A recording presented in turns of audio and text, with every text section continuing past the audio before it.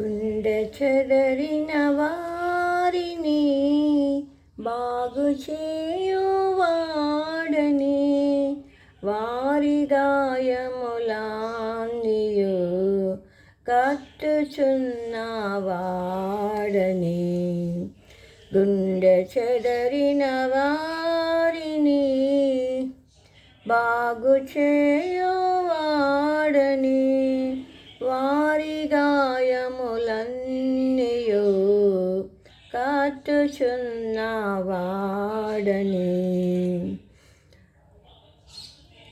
దేవునికే స్తోత్రము గానము చేయుటయే మంచిది. మనమందరము స్తుతి గానము చేయుటయే మంచిది. దీనులకు అండాయనే భక్తిహీనులకు కూల్చును.